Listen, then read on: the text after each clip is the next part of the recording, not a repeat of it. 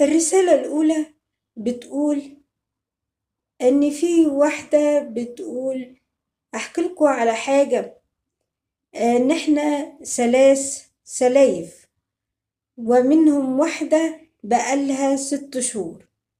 المهم في سلفة عاملة لينا أنا وسلفتي الجديدة دي مشاكل، وبتقلب حماتي عليا في البيت، وكل ما ابني يطلع عندها تقعد تزعقله.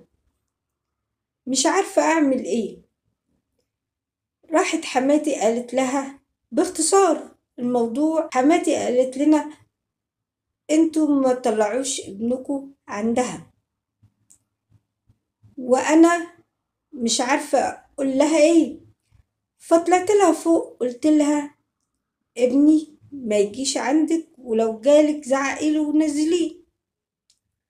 المهم وتنقل كلام لجوزي وتنقل كلام لحماتي، وبتعمل مشاكل ما بينا أنا وسلايفي، ومش ساكتة خالص خالص بالطريقة ديت.